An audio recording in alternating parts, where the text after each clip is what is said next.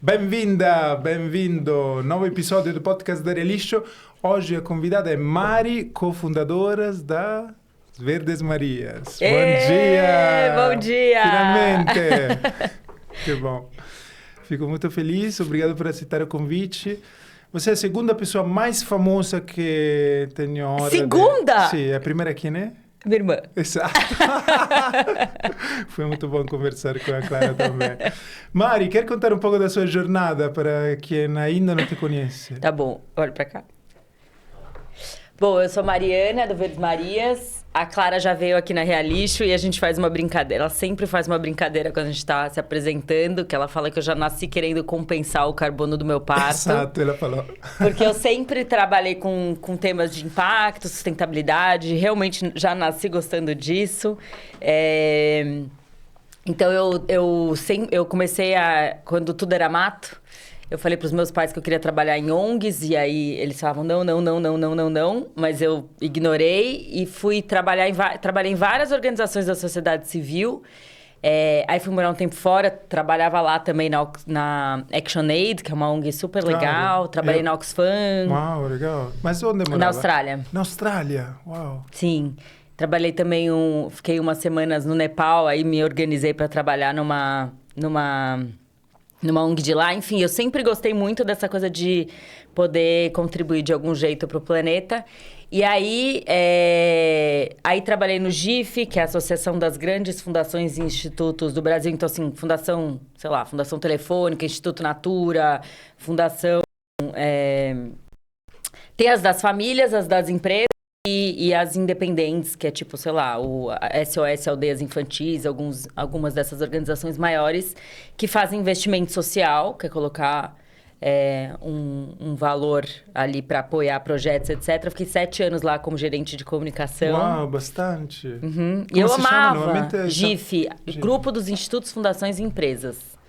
Então as empresas colocam dinheiro nesta fundação? Não, Algumas na verdade, empresas. os institutos e as fundações se associam para melhorar suas práticas. Okay. Então, tinham vários grupos, sei lá, você entra lá porque você quer networking, porque você quer entender como é que o investimento empresarial está funcionando, como que o familiar está funcionando, como que as grandes fundações das famílias estão atuando, quais são os temas.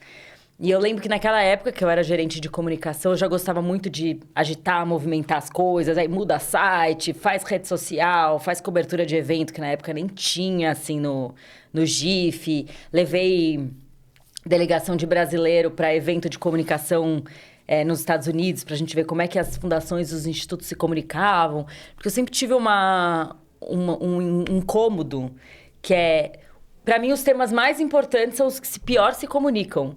Sempre sentia isso, assim, eu falava, cara, mas essa pessoa tá fazendo um negócio incrível, essa comunicação é péssima, ela não tá conseguindo mostrar realmente o que acontece, sabe? Então, no GIF eu falava, cara, sabe como que eu vou fazer isso? Simplificando. A gente só chega nas pessoas quando a gente simplifica. Então, eu mudei o site inteiro para as pessoas entenderem o que o GIF fazia. Aí, eu comecei a querer grupos de comunicação para as fundações começarem a querer comunicar um pouco menos, um pouco mais simples, né? Não precisa falar tudo que você faz, mas foca numa coisa que você acha mais relevante, porque o público precisa entender. Então, eu fui fazendo essas mudanças, que é uma coisa que eu amo fazer, que é mostrar para as pessoas que elas conseguem entender as coisas. E aí fui para a Cause, que é uma consultoria de sustentabilidade, fiquei lá 4 anos. Super legal, eu era coordenadora de um projeto de combate ao trabalho escravo na moda. Uau. Chamava Moda Conversa. Cause ou Causo? Cause. Cause, porque existe também uma Causo de marketing.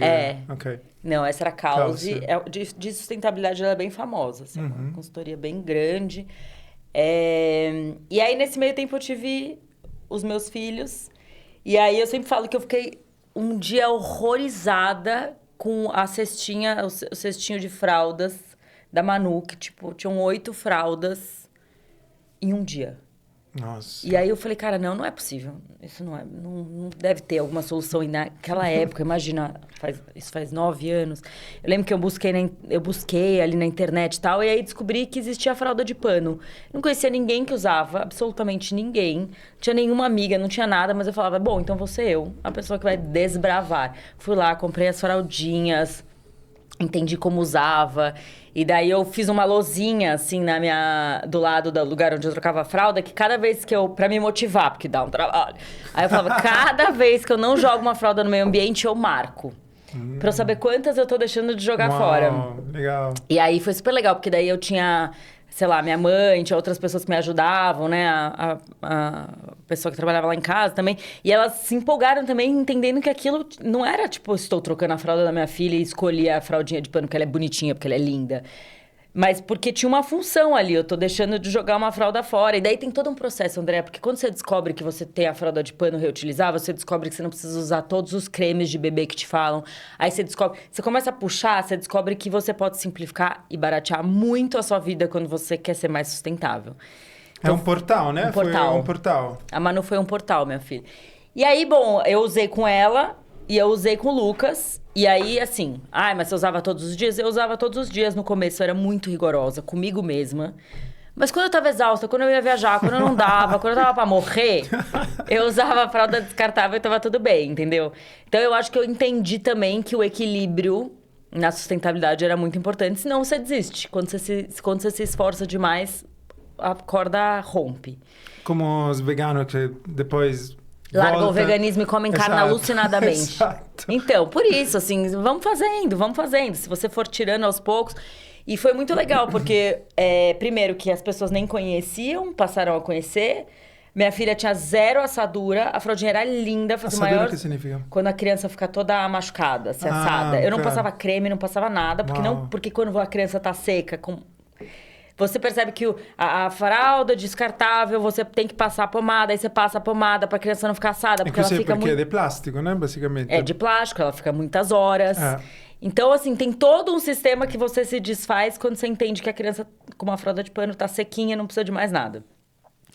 E aí, eu acho que isso me empolgou muito, assim, eu falava, gente, as pessoas precisam saber disso, eu sempre quero, todo mundo tem que saber disso.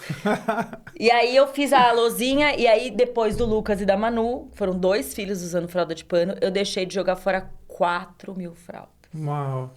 4.000 em volume, você tem uma ideia de quanto? Não sei, porque fralda com cocô, sem cocô. Não, mas que eu penso para mim que é assustador o volume, ver os volumes dos recicláveis, porque são muito leves. Por exemplo, quando nós trabalhamos em eventos, trabalhamos com sacos de 300 litros, são grandões, e são cheios de recicláveis e pesam 3, 4, 5 quilos, sabe? Então, é pouco peso, mas muito volume. Exato. Eu acho que eu ficava muito impressionada com as trocas que você pode fazer e fui me encantando por essas trocas. E aí abriu esse portal e eu falei, cara, eu vou fazer alguma coisa com isso, Daí um dia eu tava viajando com a família, não conseguia dormir. E aí eu acordei e fui andar na praia, a gente tava na praia. E aí eu falei, cara, sempre falaram pra mim que sempre me deram esse retorno. Sempre quando uma pessoa tava numa crise de propósito profissional, me procurava desde muito nova. Muito nova. André, assim, meu ex-marido falava que eu devia ter um título de free hugs. Porque as pessoas falavam, não sei o que fazer com a minha carreira. Você conversa comigo? E eu sobre fiz a carreira, sobretudo. Não sobre amor, problemas. Carreira, sempre. Preciso de uma vida com propósito, me ajuda. Então, assim, eu era muito nova, eu tinha, 19, 20 anos, eu ajudava muitos conselhos de como as pessoas levavam uma vida com propósito, assim, isso foi sempre. E inclusive, não é só uma dica profissional, é uma profissão com propósito. Era uma vida com propósito. Como que eu levo uma vida com propósito? E aí a pessoa falava, mas eu preciso trabalhar em ONG, eu preciso não sei o quê. Eu falava, não, vamos entender o que você gosta. E aí, de repente, você provoca dentro da própria empresa que você trabalha, ou talvez você tenha que mudar de área, outra vez você tem que ir para uma startup. E eu até, outro dia, encontrei um amigo, ele falou, Mari, eu era tão novo, e eu sentei com você num bar, e você abriu um papelzinho e desenhou para mim o ecossistema de impacto no Brasil há 15 anos atrás, e aquilo me coordenou minha carreira. Uau. Eu falei, jura? Eu tinha, 21 anos quando eu fiz isso, entendeu? Então, sempre me chamavam muito. Eu falei, cara, por que eu não faço isso, assim? Por que eu não monto um sistema onde eu aconselhe as pessoas sobre para onde elas podem ir? Isso era o Verdes Marias no começo. No começo era isso. Então, eu falava, você quer fazer voluntariado? É aqui.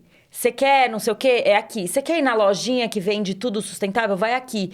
Então eu falava, cara, eu vou dando essas dicas, vou ensinando para as pessoas onde elas chegam. E agora te falando, eu lembro que eu gostava tanto disso, acho que é um caminho para resgatar até, sabia? E as pessoas queriam. Então, a gente cresceu muito rápido. Eu liguei pra Carol, na época, que era minha irmã do meio. Falei, vamos fazer... Você também tá em crise, vamos, tal. Aí, foi muito louco, porque eu desliguei com ela e falei, eu quero muito fazer isso. Contar pras pessoas onde elas podem, como elas podem ajudar, o que elas podem fazer. Aí, eu desliguei o telefone com a minha irmã. Encerrei a viagem, enfim, voo, criança. Cheguei em casa, eu liguei pra minha irmã, ela já tinha pensado no nome, veio na mesma hora pra minha casa, assim, tipo, na mesma hora, literalmente. A gente ficou a tarde inteira pirando nas ideias do Verdes Marias, montou site, e-mail, tudo no mesmo dia. Uau. Abriu o Instagram e começou a postar, mas parou. E a gente tinha uma brincadeira que a gente falava, a hora que ficar chato, a gente sai. E uma hora pra Carol ficou chata e ela saiu. Hoje em dia ela não é mais no Verdes Marias. Ela segue sendo a minha irmã. Mas ela não tá no Verdes Marias, porque essa era a regra. Se não tá legal, não vem. E daí, nesse contexto, a gente chamou a Clara, porque as três são muito amigas. E eu e a Clara, enfim, a gente ficou nesse lugar. Antes de seguir a história dos últimos anos, é muito interessante esta parte de dar conselhos para quem está em busca de uma profissão com propósito. Inclusive, desde muitos anos eu acho quanto é importante onde as pessoas trabalham, onde colocam a própria energia, que uma mudança social acontece quando sempre mais pessoas escolhem de trabalhar por uma empresa ou outra. Sim. E per una ONG o per un governo o no, è una grande cosa de mudança. Então, acho que faz super sentido com as Verdes Marias. Não, total. E era uma coisa... Não existia nem o Verdes Marias, né? Era uma coisa... Eu acho que agora, pensando, era uma coisa legal de resgatar. Porque as pessoas, muitas pessoas, elas querem contribuir de um certo jeito, mas elas não sabem se elas têm que mudar de trabalho, ou se elas poderiam só fazer algum trabalho voluntário, ou se elas têm que mudar tudo, enfim. Claro. E eu acho que uma das coisas que a gente começou a perceber é que se a gente apoiar essas pessoas a mudarem a forma como elas consomem, a gente muda o mundo também. Então, assim, e acho que foi nisso que o Verdes Marias acabou focando, que era... Bom, você continue no seu trabalho, mas vamos mudar a forma como você compra. Escolhe pequeno produtor, escolhe quem não tá destruindo as florestas, quem tá preservando, quem tá... E isso faz muita diferença. Ontem, por exemplo, a gente foi chamado para dar uma palestra e a pessoa falou...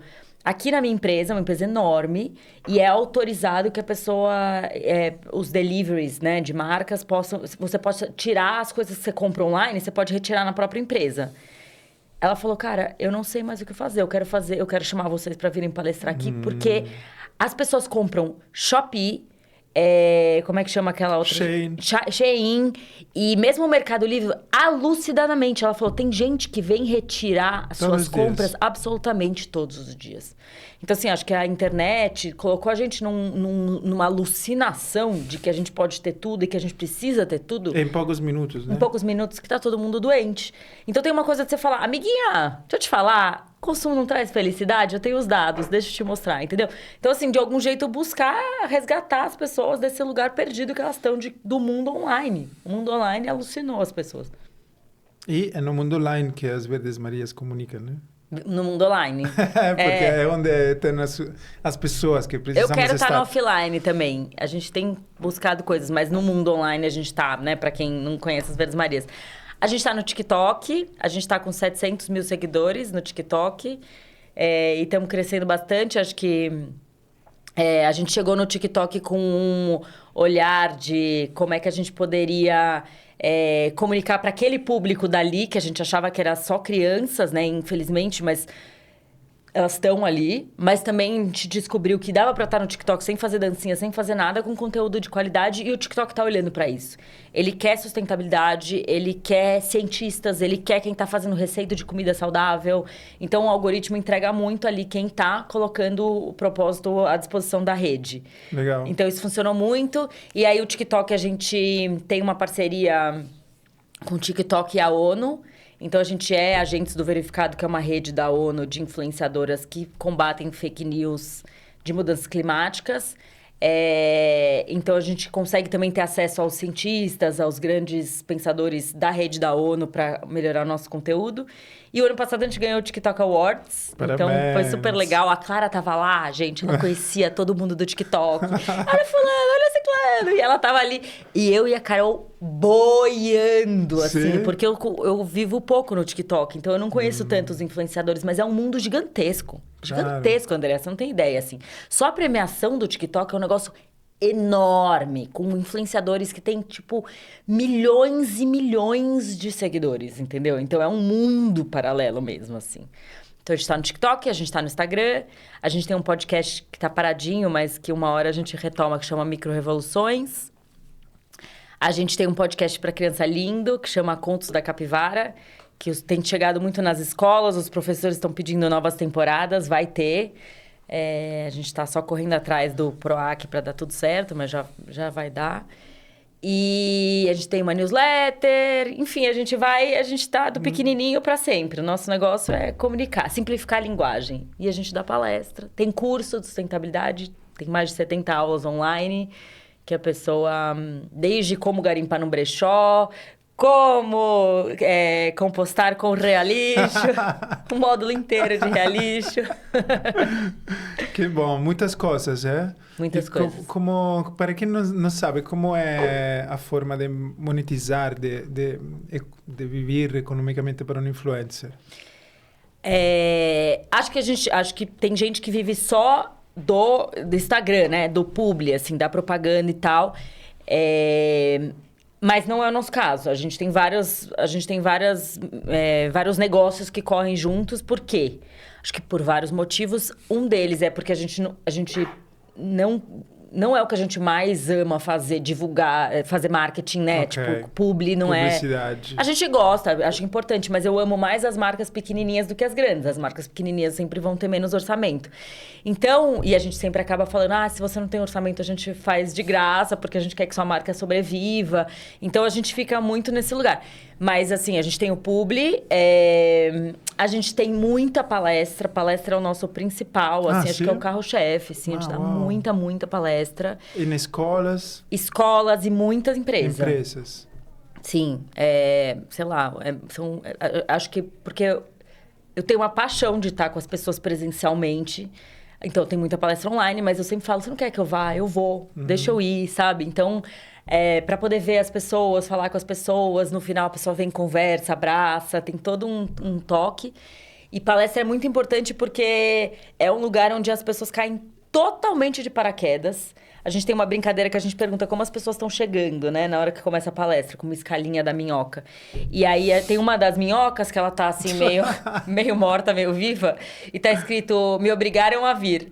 E às vezes a gente vai nas palestras e as pessoas levantam os 6, obrigaram a vir. Mas aí no final ela sai empolgada, ela sai feliz. Porque ela entende que ela tem um papel. A gente gosta muito de trazer o quanto que todo mundo tem um papel, tem um impacto e tal. E acho que, então, a palestra, o nosso modelo de negócio é uma parte muito importante do Verdes Marias. A gente tem o Contos da Capivara, ele tá no PROAC, então a gente capta e a gente, enfim, tem um sustento, digamos assim, Esses também. são fundos de empresas, que a empresa não precisa, em vez dela dar o imposto para... Okay. É como se fosse a Lei Rouanet, só que é o PROAC. Ou a Lei da Reciclagem. Claro. Existe uma que é de cultura, que é Legal. Então, a gente vai por ali e aí as empresas... Tem algumas empresas muito parceiras que todo ano falam, vamos botar o Capivara no ar, vamos... Porque a Capivara pra gente, o Contos da Capivara, que é esse podcast pra gente pra mim não é tipo, vamos fazer um podcast. Cada episódio é tipo uma obra de artezinha, assim, que a gente cuida com todo... Tem os atores, tem o diretor, tem a história que foi escrita por um autor nacional, que a gente faz um concurso do Brasil inteiro. Sério? São histórias autorais? Autorais. De autores do Brasil inteiro. A última vez a gente fez um concurso, a gente recebeu quase 60 histórias de indígenas, de pessoas de cidades, assim, super cidades pequenas. A gente fica pensando, como a gente chegou nessas pessoas? Porque a gente nem divulga pelo Verdes Maria, só pelo Contos da Capivara, que tem 2.000 seguidores. E mesmo assim, chegou em... emocionante, muito, né? Muito Receber emocionante. Histórias. Então, assim, a gente recebeu 3 histórias de indígena. A gente recebeu muitas histórias de mulheres de cidades pequenas e que o prêmio, né, de ganhar a história e transformar num podcast para a cidade foi um negócio incrível. Nossa. Então, a gente quer continuar com esse concurso e a gente abrir as histórias, fazer o concurso, selecionar as histórias. Porque essa é uma forma também de você aproximar um autor de livro infantil que nunca tinha pensado sobre sustentabilidade a se debruçar nesse tema. Legal. Então tem essa provocação que é, você provoca o autor, ele escreve a história, daí a gente manda para uma ONG ver se está tudo certinho, daí a gente pega a história, põe ela no ar. A ONG mas tipo, que faz para ver que está tudo certinho? Que porque às vezes a pessoa não é um expert em sustentabilidade. Ok. Então, às vezes, ela manda uma história sobre peixes e as ok. espécies do peixe estão todas Não é erradas. local, ok. Por exemplo, uma vez um autor mandou uma história que a criança ia andando na praia, pegando conchinhas e conversando com a avó. Não é bom. Aí a Sea Shepherd, que era o apoiadora da história, falou: criança não pega conchinha na praia, pelo amor de Deus. Isso tá errado na história. Sim. Então, fala, as crianças observavam as conchinhas em vez de pegar. Fala por que não é bom pegar Porque você muda o ecossistema ali, você começa a interferir em todo o processo da praia, assim. Na verdade, as pessoas elas não têm que levar nada que é da natureza para casa, né? Assim, você tem que... um lixo é bom. Você não tem que tocar nada, nem levar nada, nem deixar nada. Na verdade, a melhor coisa que o ser humano faz é não interferir, nem levando, nem tirando. Levando lixo é possível, não? Sim, tirar o lixo da praia, sim. Mas espero que ele não chegue com a garrafinha, não chegue com nada. Claro. Mas né? Infelizmente encontramos, né? Muito. Sempre. Muito. Essa história era sobre isso. Uma menina que ia catando lixo na praia com a mãe. Legal. Então, Bom, eu vi que tem muitas visualizações o podcast. Muitas, né? sim. E tem também uma monetização já no YouTube ou ainda não? Não. Ainda não. Não conseguiram atingir aquelas metas mínimas. A gente nem olhou essas metas, para ser bem sincero. Acho que eu preciso olhar. Não, o que a gente fez, a gente tava muito mais num olhar de conseguir pegar pelo PROAC. Claro, e aí monta a né? história, Claro. mas não como um business de monetizar e tal. Eu não acho que as pessoas sobrevivem, entre muitas aspas, com o dinheiro do YouTube, né? Os grandes, ou seja, quem é... Mas você tem que ser muito grande mesmo, André. Assim, porque eu tenho amigas que são grandes no YouTube, entrevistaram os maiores pensadores, tem muitas e muitas e muitas visualizações, e ainda assim tirou o quê? R$2.000 por mês, entendeu? Isso não é... suficiente. Pro esforço que a pessoa tem, tá muito aquém. Então, claro, é um dinheiro que pinga, mas... uma fonte mais de receita. Então, uma das ideias centrais das Verdes Marias é das pequenas ações, né? Que vocês chamam de micro-revoluções. Sim. A gente acredita muito que as pessoas foram perdendo a noção do quanto que elas têm um impacto no planeta Terra, seja bom ou ruim, e que elas podem sim reverter esse papel e perceber que elas podem ir mudando no cotidiano as ações que elas fazem. Então, assim, desde uma pessoa que uma vez me ligou e falou: meu pai tem um ponto... como é que era? Meu pai trabalha com ponto de ônibus. E com o ponto de ônibus mesmo, assim, sabe? O lugar, os banquinhos, o lugar onde a pessoa espera. Ok, então, ele construi. Ele constrói. Eu não tenho nada pra fazer. Daí eu falei, mas o que acontece com o ponto de ônibus quando ele tá destruído? Pra onde vai? E daí ela entendeu, se eu mandar pra reciclagem, eu ainda posso vender isso pra reciclar. Enfim, ela conseguiu fazer toda uma circularidade no ponto de ônibus e conseguiu mudar, inclusive, o business do pai pra ele começar a olhar pra esse tema. Então, eu acho que quando a gente olha para o nosso entorno, a gente sempre percebe que tem coisas que a gente pode fazer. Então, sei lá, você mora numa cidade pequena, ninguém faz reciclagem, descobre quando passa o caminhão, conta para as pessoas. Vai fazendo, entendeu? Vai descobrindo qual que é o seu tema de paixão. Você ama cosmético? Como é que você troca os seus cosméticos cheios de petróleo e de grandes marcas que estão zero preocupados com o seu consumo? E troca por cosméticos limpos, de pequeno produtor. Você pode fazer isso. Você pode usar o seu dinheiro para impactar. Então, a gente chama de micro-revoluções todas as pequenas atitudes que a gente pode fazer para levar uma vida mais sustentável, mas que feitas por muitas pessoas têm um impacto. E eu acredito nisso, assim, profundamente. As pessoas falam, mas, né, é pequena coisa, mas ao mesmo tempo, as grandes indústrias estão na guerra, estão poluindo, etc. É óbvio. Mas, assim, dentro da ação individual, se a gente conseguir fazer com que as pessoas vão transformando o seu comportamento, a gente consegue fazer boicote de empresa, a gente consegue fazer impedimento de derrubamento... leis novas... de parque que está sendo... árvores que estão sendo cortadas. A gente precisa que as pessoas acordem e se sintam capazes de interromper ou iniciar processos. Porque ficar nesse lugar meio... que eu acho que as pessoas estão meio numa dormência, E as empresas são muito grandes, o que muda mesmo No são os sentido governos. de impotência, né? É uma impotência que deixa... Pra mim, isso é uma impotência que acaba, inclusive, com a autoestima da pessoa, entendeu? Quando você entende que você tem um papel, você volta a se sentir importante. Isso é muito funcional para as grandes empresas, os grandes políticos que querem que todo siga assim, né? Sim. Que as pessoas fiquem tranquilas.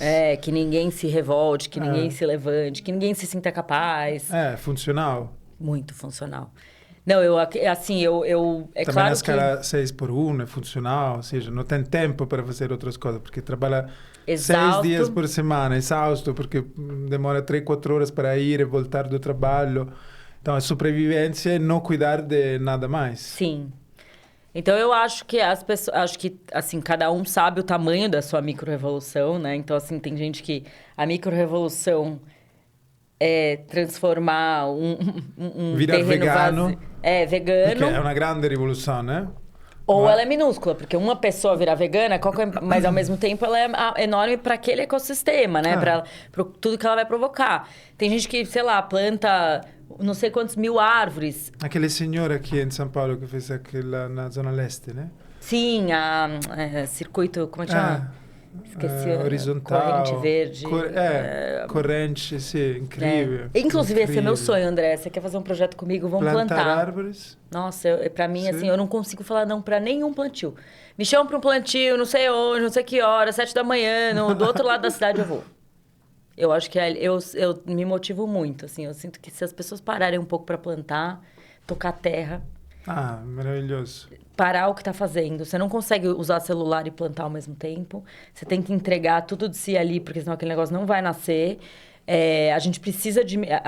As árvores equilibram a temperatura, as árvores diminuem a poluição, as árvores trazem bem-estar. Então, super assim, importante. As hortas ajudam você a consumir menos agrotóxico. Então, plantio, para mim, é uma solução.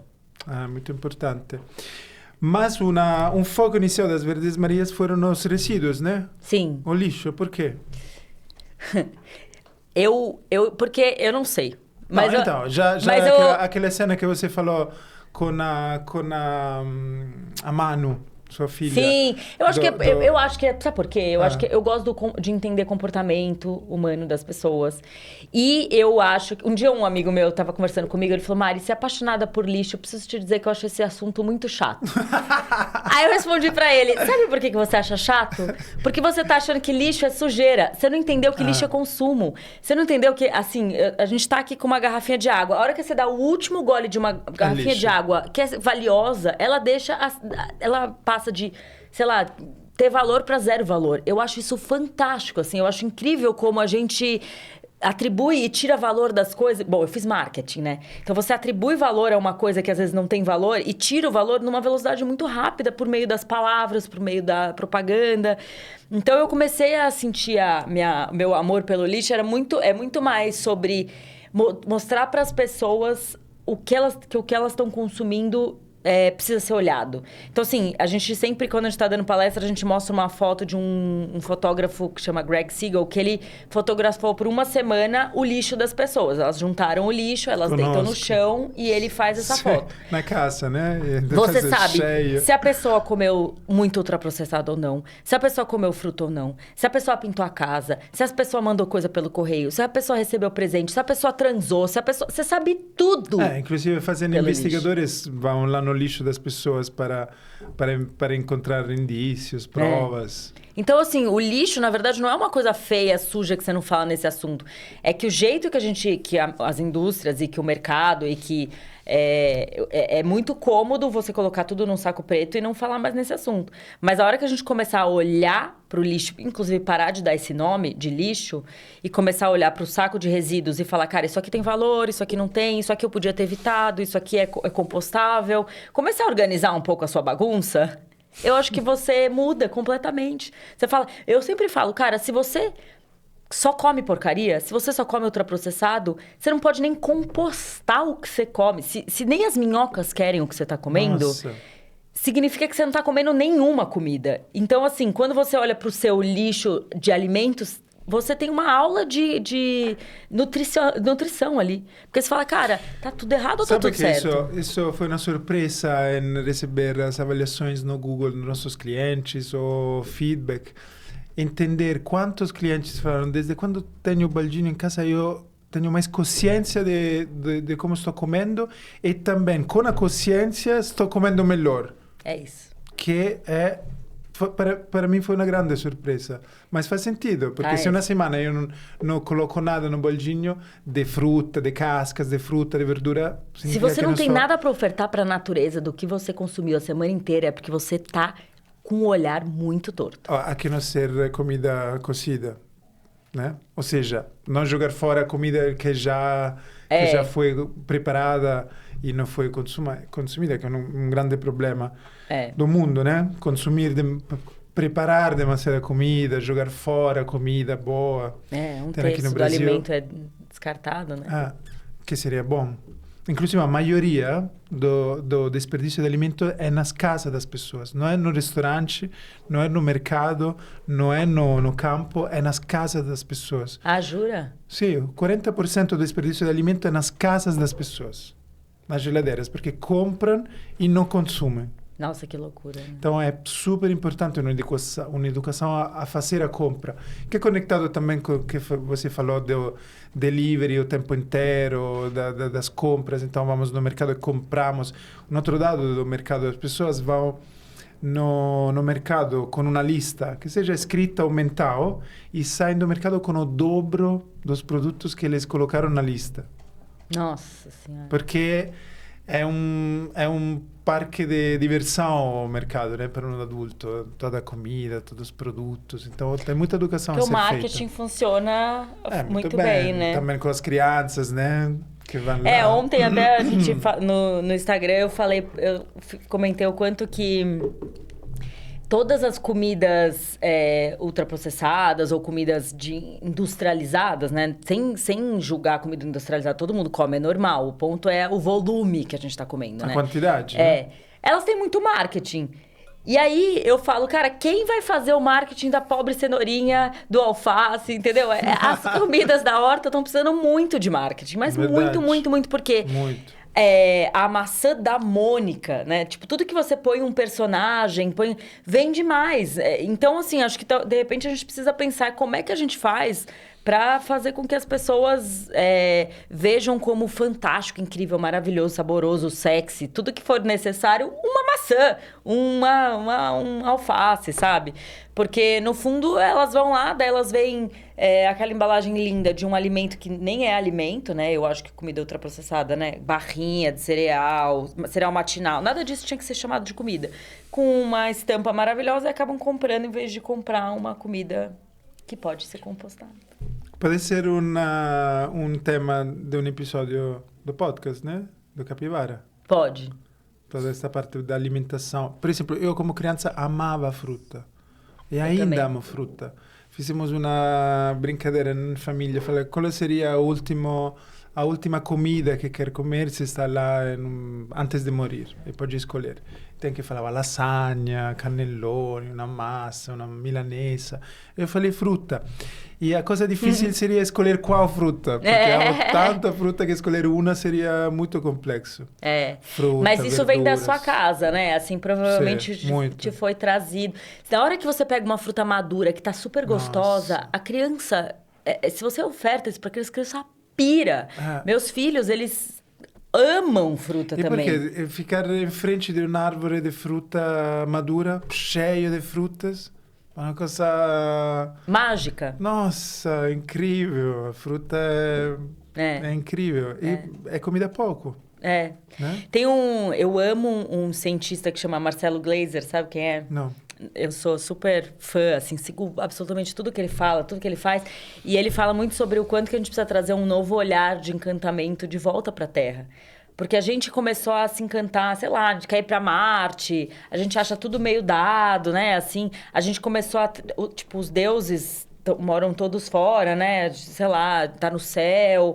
A gente tirou a coisa mais indígena ou das antigas religiões em que a terra era sagrada, a cachoeira era sagrada, a água era sagrada, que é uma coisa que o indígena ainda mantém. E ele fala, cara, se a gente conseguir construir esse novo olhar de encantamento, sabe? Da gente ver, cara, meu, se você vê uma semente, consegue virar uma das maiores árvores que existem, e essa árvore vai dar fruto, e o fruto vai te alimentar. Entendeu? Tem todo um ciclo mágico na natureza que a gente não consegue olhar com valor. Mas quando a gente volta a se encantar por uma fruta, por uma plantinha nascendo, por um pôr do sol bonito, eu acho que a gente começa a lembrar que a Terra é muito sagrada, que não tem outro lugar pra gente morar, e é aqui que a gente tem que morar, e aí a gente volta a querer cuidar do que a gente tem, sabe? É verdade. A capacidade de... É que precisa, como primeira coisa, parar, né? Na correria e no próprio mundo. Inclusive, os primeiros 3 segundos de um vídeo são os mais importantes. Então, é o gancho para a pessoa seguir. Como é comunicar? Porque, de uma parte, é importante a pessoa saber de notícias também ruins. Sim. Da outra parte, é um equilíbrio a não falar só de coisas ruins. Como vocês encontram um equilíbrio? É super desafiador. Eu acho que a gente tem uma energia mais do positivo. Então, assim, a gente não consegue se colar muito a notícia ruim. Acho que não é o nosso estilo, nunca foi. Eu acredito que a humanidade vai dar certo. Eu acredito que as coisas vão dar certo. Então, eu não consigo ficar só reclamando. Então, acho que isso já ajuda no caminho, na rota dos vídeos que a gente vai escolher. Eu acho que os vídeos das notícias ruins precisam ser dados, mas a gente sofre muito de eco-ansiedade, eu e a Clara, a gente tem ansiedade real, assim, quando começa só notícia ruim, a gente começa a ficar mais baixo astral. Então, o gancho que a gente tem como Verdes Marias a gente dá a notícia ruim e fala, e eu com isso? Porque acho que quando você consegue entender qual que é seu papel diante de uma notícia ruim, você sente um pouco menos pior, porque você fala, eu tenho uma coisa pra fazer. Qual é essa coisa? Então, assim, é votar melhor? É deixar de comprar? É avisar todo mundo? O que eu posso fazer em relação ao problema que eu tô vendo? Sempre algo de prático que uma pessoa, singular pessoa pode fazer. Qual que é o problema com a solução? Mas eu acho que o importante de escolher as notícias é sempre escolher as notícias ou escolher o conteúdo que tem... no caso do Verdes Marias, que tem alguma chance da pessoa se conectar de um certo jeito, assim, porque você falar um conteúdo super difícil que a pessoa fala, sabe, as mudanças climáticas... Bom, tudo bem, mas como é que eu aterrizo isso? Como é que isso é no dia a dia? Sei lá, segundo semestre a gente vai ter um El Niño super pesado, as cidades do sul precisam se cuidar, as cidades do norte vão passar muito calor, as cidades do nordeste vão ter pouca chuva. O que você precisa fazer na prática em relação a isso? Você precisa organizar a escola das crianças, você precisa entender quais são as épocas em que você tem que estar menos em contato com o sol. Sabe, assim, dá um pouco de... O El Niño, você não pode fazer nada em relação a isso, mas você pode se estruturar para passar um segundo semestre menos sofrido. Então é isso. E um outro elemento que acho que vocês são maravilhosas é a ironia. Sim. Né? A gente é irônica mesmo. Tem algumas... A gente é campeã de ironia entre nós. Porque a gente é muito o que é no Verdes Marias. A gente se convive sempre muito deboche. A Clara é muito boa nisso. André, a Clara é uma pessoa engraçada real. Ela não é engraçada nas redes sociais, ela é engraçada real, assim. Não, eu sei, ela é uma pessoa que, cara... Teve um dia que a gente foi gravar um podcast, tinha uma plateia enorme, e tava a gente gravando alguma coisa de veganismo e tal. Aí tinha umas coisas em cima da mesa que eram brindes e tal. E eu não sei como foi colocada a pergunta, mas a Clara perguntou sobre um tênis que estava em cima da mesa, que era uma propaganda. Juro, a gente teve que interromper o podcast. Todo mundo começou a rir, a plateia começou a rir, porque ela é realmente uma pessoa engraçada, ela é muito espontânea. Ela é muito engraçada. E ela é muito boa de contornar conflito. Então, assim, às vezes a gente tá ali no Verdes Marias pensando meio... tretando e, sabe? Ou então numa briga de família de final de semana e ela consegue contornar, assim, com algum tipo de humor. Eu acho que o humor que vem junto com o ironismo, ele salva tanta coisa, né? Muito bom, muito bom.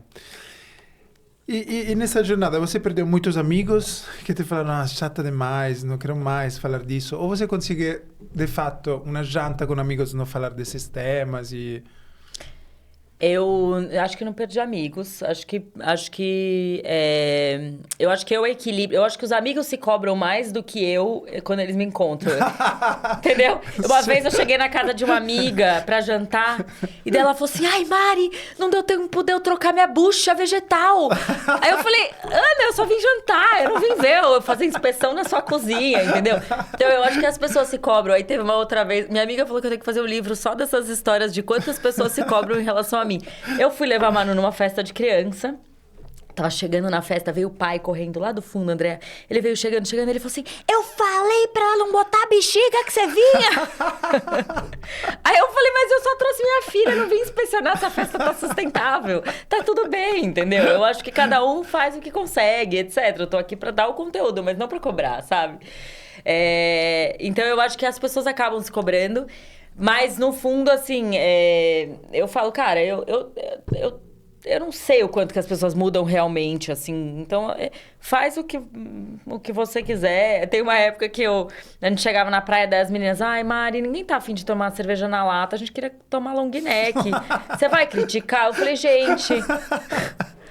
Tô na praia no final de semana, eu vou tomar minha cerveja na lata, vocês tomam a cerveja que vocês quiserem, entendeu? Acho que é meio isso, assim. Faça o que você quiser, mas as pessoas se sentem cobradas de um certo jeito.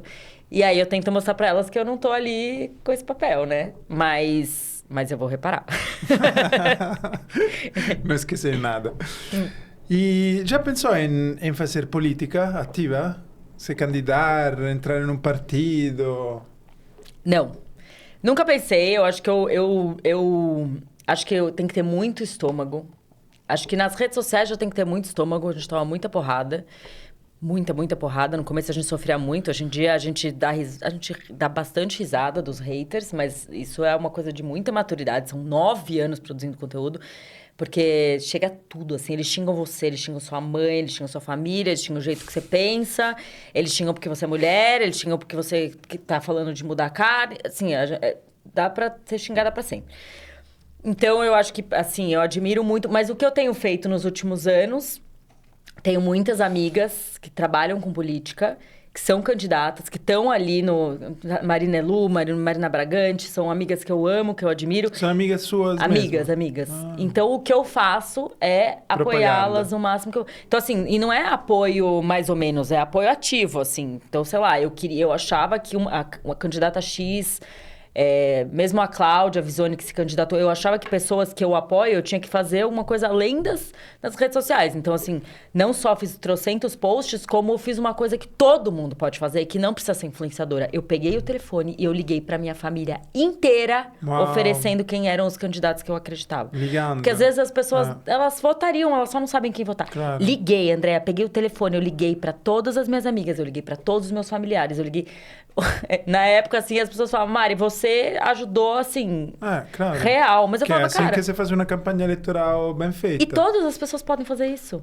Claro. Entendeu? E eu acho que é muito mais fácil, assim, eu acho que candidato à presidência, por exemplo, é delicado. Mais delicado. Mas vereador... Vocês não estão falando e não vão falar desta eleição do presidente? Não, isso a gente não vai entrar, porque a gente não... tipo... O meio ambiente não pode ser nem de direita nem de esquerda. A gente Sabe o que fizemos na nossa comunidade, no grupo dos clientes da Realixo no WhatsApp? Okay. Um enquete sobre isso, porque se movimentou Nossa, uma pessoa compartilhou no grupo um manifesto político de um político.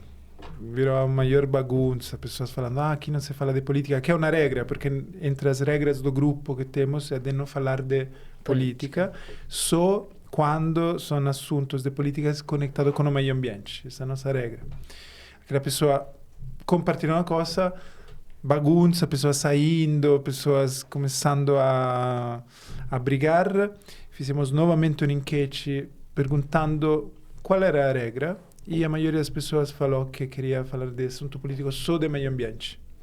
Ai, mas sabe que o assunto político é um assunto que me deixa muito triste, não por pelos candidatos nem nada, mas pelo fato de que a gente cresceu, acho que é uma coisa cultural brasileira, acho que você pode até contar como que é na Itália, mas de política não se fala. E acho que é por isso que a gente chegou nesse lugar, que a gente é tão desconectado da política e dos políticos, porque de política não se fala. Mas eu pessoalmente acho um absurdo não falar de política. A gente tem que falar muito de política, a gente tem que falar de política o tempo inteiro. Só que assim, a gente foi polarizando, então a gente só fala do político que a gente gosta, a gente não escuta o outro, a gente não quer saber o outro. Não falamos com pessoas que pensam e votam diferente. E isso eu acho muito ruim. E sabe por que a gente não fala? Porque no Brasil, a gente não tem educação política, a gente não tem educação civil. Então, a gente não sabe fazer esse debate. Então, assim, se você for conversar com todas as pessoas que têm uma desses... Assim, 90% das pessoas que têm um candidato, elas não sabem nem exatamente defender a pauta daquele candidato. Claro. A gente defende a pessoa, mas a gente não sabe qual é o plano de governo daquela pessoa. Porque a gente teve uma época que foi decidido no Brasil em que você tirava toda essa aula civil. Sério? Isso foi uma tomada de decisão, isso não é uma coisa aleatória. Na ditadura? Depois, nessa época. E então, assim, a gente não sabe, a gente não se fala de política, a gente não sabe votar, né? A gente não sabe fazer esse exercício de discutir sobre os candidatos, de olhar plano de governo, Então, assim, aí você fica com uma discussão meio rasa, e eu me incluo nisso, de que você gosta do candidato, mas você também não sabe ouvir o outro, não sabe argumentar. E isso é péssimo, isso é péssimo. Ou a gente resgata as escolas de governo, as aulas... Eu fiz várias vezes já há muitos anos, algumas organizações que têm essas escolas de governo, que você aprende o que faz um deputado, o que faz um vereador, como funciona... Educação cívica. Isso é o que se estuda na escola ou na universidade. Como que uma lei é aprovada? Passa pelo Senado, depois passa pelos deputados, é o contrário. Como chega no presidente? As pessoas não sabem isso, entendeu? E eu também não saberia se eu não tivesse passado muitos semestres dentro das escolas de governo tentando entender. E ainda assim tenho muitas dúvidas. Então, acho que tem uma coisa das pessoas não saberem mesmo. Então, não vamos falar de eleições para presidente, mas para deputados. A gente indica a gente gosta de indicar os que têm a pauta ambiental. Ok. Esse sim. Mas nas redes sociais ou só por ligação, amigos e A outra familiares? vez a gente indicou nas redes sociais. O que a gente fazia? A gente falava, você conhece... Porque eu não conheço o Brasil todo, né? Então, claro. assim, eu falava, em São Paulo, que é onde eu estou... Tem esse que olham para a pauta ambiental, entendeu? Sem dar uma única opção. Tem essa que olham para a pauta ambiental. Comente nos comentários quem são os seus. Da sua cidade, do seu estado e tal. Funcionou muito bem. Tem muito conflito. Muito conflito. As pessoas tretam muito, mas assim, esse é o típico conteúdo em que você faz e sai correndo. Entendeu? Você posta e sai correndo, vai fazer outra coisa. Eu não quero olhar. Nossa, nós da Religion, na última eleição, abertamente apoiamos o presidente atual e muitas pessoas saindo, deixando de seguir. Também alguns clientes anularam a assinatura. Ou seja, é algo de muito... É igual as pessoas transformaram um detergente agora numa discussão política. A Heineken já foi uma discussão política. O chinelo Havaianas já foi uma discussão política. As marcas, André, isso assim, como uma pessoa que fez marketing. As marcas, elas estão... Tem um pavor da política, né? Não, elas estão cada vez mais se posicionando. Sim. E isso... Mas as grandes marcas... As marcas IP... Agora tem um detergente veio com um lote errado. Essa é uma discussão de Anvisa, não é uma discussão política. Mas daí, como o dono da marca apoiou uma campanha do Bolsonaro... Todo mundo que é bolsonarista achou que vetar um lote de detergente do IP era um veto político. Entendeu? Então, as coisas estão muito misturadas. E a gente começa a perceber que as marcas, elas estão querendo entrar na vida das pessoas de um jeito muito agressivo, assim. Então, é o estádio de futebol, que agora é Morumbis, é a estação, que é pernambucana. Essas marcas, elas querem entrar profundamente dentro da vida das pessoas. Mas eles se querem posicionar politicamente. Politicamente também. Ou seja, falar... Nós somos por esse presidente. Eu não sei. Colocam dinheiro e as pessoas... Não, é que antigamente... Uma coisa é colocar o dinheiro, a maioria coloca nos dois lados. Não. Também nos Estados Unidos. Eu não acho. Nos Estados Unidos, muitas grandes empresas colocam dinheiro nas duas partes. Eu acho que no Brasil não. Como a gente sabe várias... Mas como comunicação, porque uma coisa é colocar dinheiro e ninguém sabe, ou seja, pouco Não, sabe. como comunicação, não. Mas, não. mas as pessoas descobrem hoje em dia. Não é como, assim, você sabe, você consegue descobrir publicamente, principalmente vários ativistas, ONGs e etc., tornam público. Olha, esse fulano apoiou isso aí, o que você faz em relação a isso? Tanto que isso é, por exemplo, muitas vezes a gente tem marcas que a gente queria fazer publi. E aí a gente fica muito dividido, porque a marca é sustentável, entre aspas, mas ela tem um líder que se posicionou completamente contra o que a gente acredita. O que a gente faz? A gente vai pela marca que é sustentável ou pelo líder que não é sustentável? Então, assim, eu acho que as coisas... Eu acho que como a gente tem tem rede social, todo mundo consegue falar, todo mundo consegue fazer um vídeo que de repente viraliza, eu acho que as coisas estão mais transparentes de um certo jeito nesse lugar de que você descobre tudo. Ah, com certeza. E as marcas estão se aproximando dessa discussão política, sim. Tem um episódio muito bom da Folha explicando exatamente isso, como vai ser muito difícil a eleição esse ano, porque a gente está olhando para as marcas, para os candidatos, aí as marcas, e aí a gente está tipo, o nosso consumo está misturado com o que a gente vota, entendeu? A gente está numa discussão muito mais difícil, que é você gosta de uma marca, mas aí de repente a marca está misturada com um conflito que você não acredita. O que você faz? Você deixa a marca, não deixa a marca?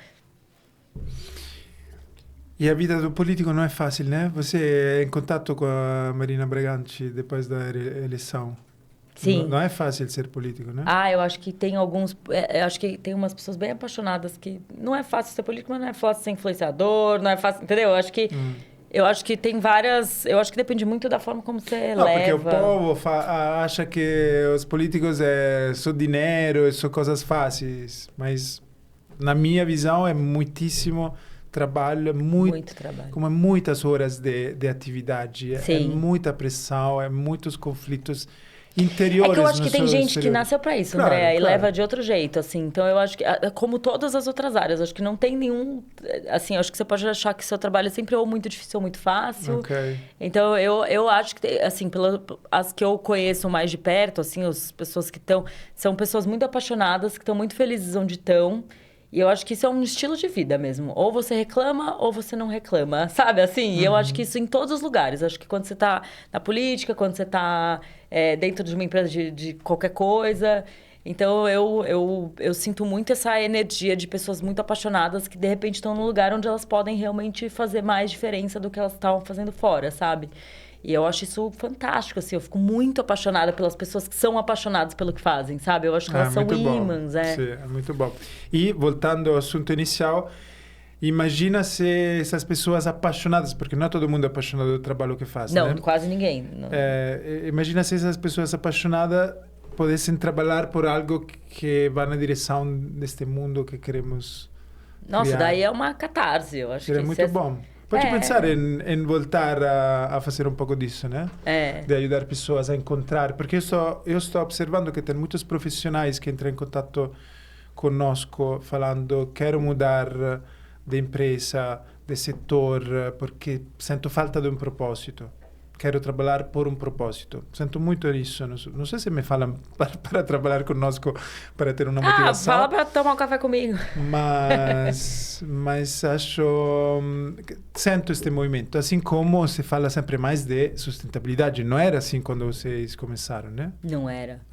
Não era. Eu acho que a sustentabilidade nem está num momento muito fácil. Eu acho que já teve momentos até mais fáceis, assim, mais abertos. Depois da pandemia? Durante a pandemia? Durante a pandemia, o ano passado que tinha até a COP, então todo mundo estava olhando para esse tema e Belém se tornou um assunto, aí as marcas queriam pôr dinheiro nisso. Eu acho que a gente já teve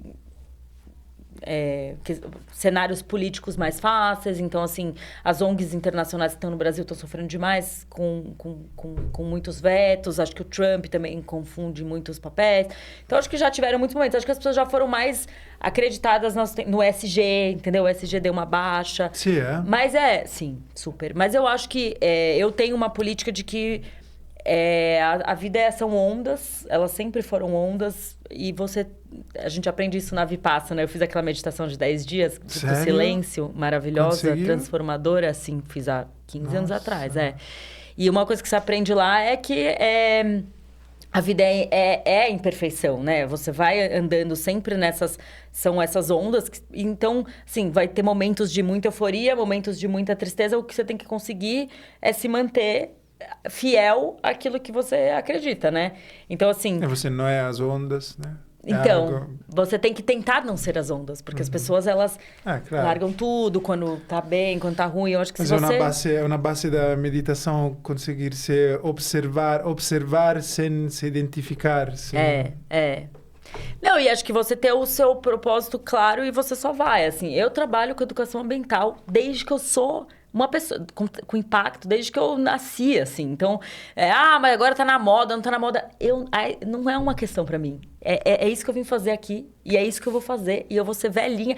Uma vez eu encontrei um amigo, eu tava num farol pedindo dinheiro pra uma ONG, que eu já fiz isso muitas vezes, sabe? Esses mutirões de precisa de ajuda, pede dinheiro no farol, blá, blá. Aí um amigo abriu a janela, deu uma nota assim, era tipo R$50, R$100, sei lá, uma nota muito alta assim. E ele falou assim, cara, eu não te vejo há 15 anos e eu não poderia te encontrar em outro lugar. Aí eu achei isso muito engraçado. Que isso, assim, ele falou, eu nunca mais vi a Mari, mas onde eu vou encontrar a Mari? Fazendo alguma coisa desse tipo, entendeu? E aí eu falei, obrigada, ganhei dinheiro, saí toda feliz. Mas acho que é um pouco isso, assim. Talvez eu mude um pouco a área, talvez seja Verdes Marias, talvez seja outra coisa, talvez seja dentro de uma fundação, talvez seja... Então, mas você é um isso. ativista. Eu sou. Né? Você é um ativista. Então, em todo... Uma comunicadora ativista. Todos os campos da vida, é isso. Também como mãe, como amiga. Acho que sim. E sim. como é ser mãe? Eu amo ser mãe. Acho que eu não tenho nenhuma crise com a maternidade. Acho que... eu acho que... eu acho que nessa posição de que eu tenho 2 parceirinhos muito gente boa, acho que eles são boas companhias, eu converso com eles com muita facilidade, acho que eu consegui fazer uma maternidade em que eles estão muito longe das telas, então acho que eles são crianças legais também por causa disso, são crianças que curtem o tédio, são crianças... E eu acho que tudo isso é um pouco do reflexo da minha relação com a natureza que reflete na vida deles, assim. Eu sou uma pessoa que eu gosto de estar na natureza, eu acho que ali tem uma riqueza gigantesca e eles cresceram desse jeito, então eles trazem muito isso no jeito deles. Uma vez meu filho falou, quem fica muito de tênis fica doente, né, mamãe? E eu falei, sim, é isso mesmo, amor, é grounding, você tem que tirar o sapato, Verdade. Tá muito certo. Então, eu amo a maternidade, eu acho super transformador conversar com as crianças, André. Eu acho que as crianças, elas têm um potencial de... Nossa, sabe, falando de crianças e palestras, eu também pouco, não? Como vocês, faço palestras, tanto em empresas quanto em escolas. Uma mudança, o público é incrível como é diferente. Nas empresas ninguém fala, né? Algum dorme. Com as crianças nossa, quantas perguntas, quantas curiosidades. É maravilhoso, eles querem abraçar, eles querem... Quantas histórias querem contar deles em casa, da avó, do tio, do primo. Incrível. Incrível. Muito, sim, é demais, muito... é muito legal. Legal. Mas eu gosto dos 2 públicos, eu gosto de acordar os adultos dormindo também. É muito bom. E é verdade a mudança, porque se despertam, começam a rir, começam a fazer uma pergunta. Muito bom. E, Mari, falamos de muitas coisas. Tem algo que não falamos no meu roteiro? Gostou do meu roteiro das perguntas? Achei o roteiro maravilhoso. Todo aqui, inclusive, eu não li nada. André, qual que é o roteiro da nossa conversa? Deixa rolar, vai fluir. Achei ótimo, acho que a gente pode fazer uma declaração final do nosso amor à compostagem, né, Andréia? Porque eu acho que a alimentação é o tema mais importante do mundo. A hora que as pessoas entenderem que quando elas comem bem, elas estão olhando para a terra, elas estão olhando para o solo, elas estão olhando para o ar, elas estão olhando para as relações, elas estão olhando para a economia, elas estão olhando para a autoestima, saúde, amizade. Tem que sentar na mesa, tem que conversar, tem que cozinhar alguma coisa, aprenda a cozinhar alguma coisa, nem que seja fritar um ovo, mas assim, saiba lidar com o seu alimento. Eu espero um convite na sua casa para te preparar uma massa italiana. Eu quero! Tá bom. Fechado. Tá bom. Então, tem uma última mensagem que quer falar ou era isso sobre a importância da alimentação? Acho que era essa, sobre a importância da alimentação. E eu acho que a mensagem principal é que as pessoas acreditem nas micro-revoluções, assim. Acho que quando a pessoa começa a perceber que ela tem um valor muito importante em todo o ecossistema do universo, que todo mundo tem seu impacto, aí você escolhe se quer ter um impacto positivo ou negativo. Mari, muito obrigado. Até a próxima. Até a próxima.